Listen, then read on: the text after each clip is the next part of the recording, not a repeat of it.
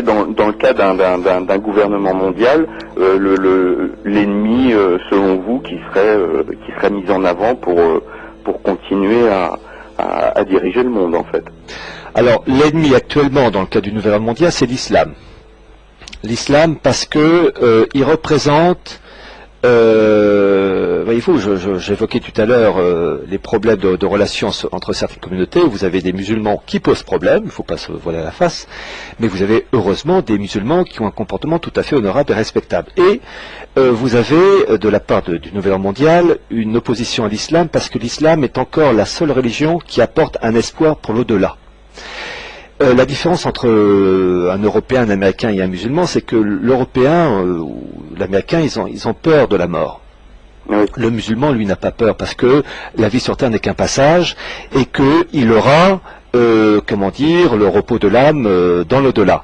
Et c'est une, comment dire, pour l'esprit mondialiste, c'est une concurrence qu'il ne peut pas accepter, car le musulman va pas, ou en tout cas beaucoup moins, se focaliser sur les plaisirs matériels, sur la société de consommation. Oui. Et donc il faut à tout prix détruire cet islam qui ne porte pas au nu, j'allais dire l'American Way of Life. Je dois dire, attention, que ce principe-là existait chez les catholiques pendant des générations, mais depuis Vatican II, les catholiques ne sont plus catholiques. C'est complètement paganisé maintenant, ou déchristianisé. Bon, donc l'islam représente encore le dernier. Je suis pas musulman, je suis catholique, mais je reconnais que l'islam est le dernier carré à vraiment s'opposer à un esprit matérialiste mercantile, car pour la religion islamique, et non pas islamiste, islamique, il y a l'espoir de l'au-delà. La vie sur Terre n'est qu'un passage.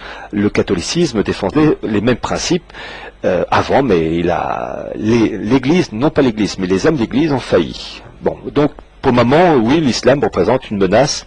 Il y a un concurrent, il y a un adversaire utile pour le nouvel ordre mondial et les gnomes de Wall Street et de la City. Donc en fait, d'après ce que vous dites, l'avènement enfin, je dirais le but ultime et l'arrivée de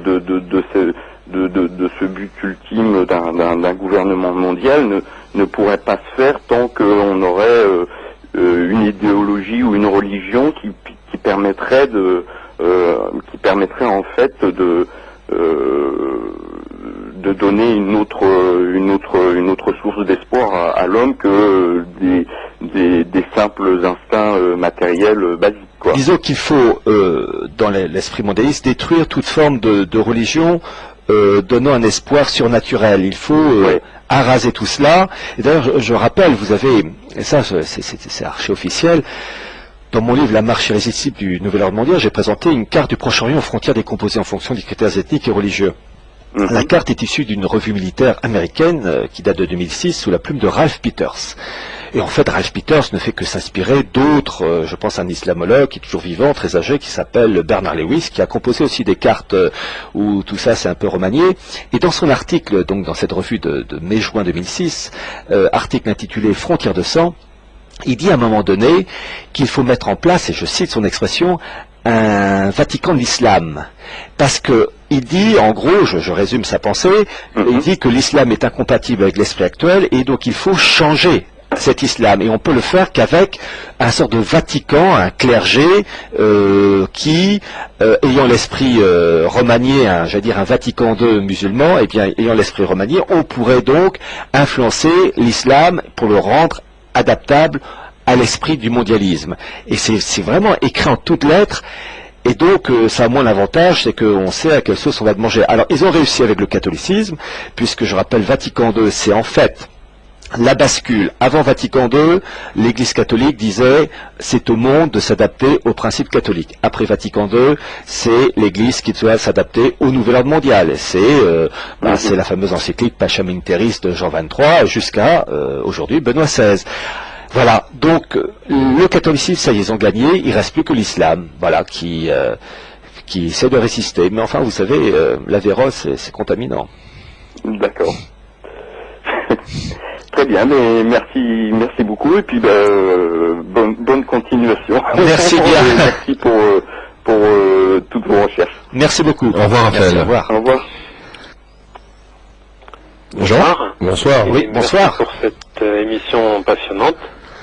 Je suis pas du tout spécialiste, mais dans la mesure où ça touche la religion, moi je m'intéresse plus au côté spiritualité. Bon, j'ai cru vous entendre dire tout à l'heure que finalement le seul obstacle restant à l'établissement d'un nouvel ordre, on va dire, seul obstacle religieux restant depuis Vatican II serait donc l'islam. Mais bon, que faites-vous en quelques mots quand même des milliards de personnes qui ne sont pas effectivement en Europe occidentale, mais qui sont soit bouddhistes ou autres religions hindouistes qui représentent plusieurs milliards de personnes. Oui, ce sont plutôt des concepts philosophiques, philosophico-religieux. Oui. Ce ne sont pas des religions à l'état, entre guillemets, à l'état pur, style catholicisme ou judaïsme ou islam. Là, c'est plus des concepts philosophiques comme un peu Confucius. C'est plus philosophique, une manière de vivre, une manière de concevoir les choses. Mais je vous dis, en matière religieuse, je vous dis, je resterai prudent parce que je ne veux pas aller trop loin dans ce sens que on a affaire à un auditoire très large, toutes les convictions, athées ou pas, et donc en fait c'est un débat sans fin. Je préfère plutôt m'appesantir sur des sujets temporels, d'instituts créés telle année par un tel, financés par un tel, là, qu'on soit croyant ou pas, au moins tout le monde est d'accord. Voilà. Oui, tout à fait. Voilà. C'est ce qui fait votre force et votre indiscutabilité. En n'oubliant pas que l'aspect spirituel joue un rôle, mais je préfère y aller avec la pointe des pieds et pas très loin. Oui, bien entendu. Enfin, c'est-à-dire que finalement, quelque part, vous dites que chacun, au moins, enfin, en matière de religion, mais spécialement pour celle-ci dont on parle à l'instant, comment dire, la religion va jouer peut-être à un niveau individuel, quoi, mais n'aura peut-être pas une force dans le monde comme peut avoir le catholicisme. Ah, le catholicisme aujourd'hui, il est complètement délavé. Regardez, quand on voit les réunions des jeunes catholiques, je pense au temps du pape Jean-Paul II, Peace and Love, c'est du Woodstock avec une croix, mais enfin c'est un côté, j'aurais dire, ça fait pas sérieux, ça fait boîte de nuit, et puis j'ai envie de dire, soyons pratiques, ils se disent catholiques, très bien, est-ce qu'ils obéissent aux préceptes catholiques? Oui, non, bah non, parce que est-ce qu'ils vont à la messe tous les dimanches? Est-ce qu'ils se confessent minimum une fois par an? Est-ce qu'ils communient? Non. Est-ce qu'ils obéissent aux préceptes? Eh ben 9 cas sur 10, non. Alors ça chante, la gratte, enfin la guitare à la main, mais c'est un côté folklore, voilà. Et puis j'ai envie de dire un peu la vertu du silence.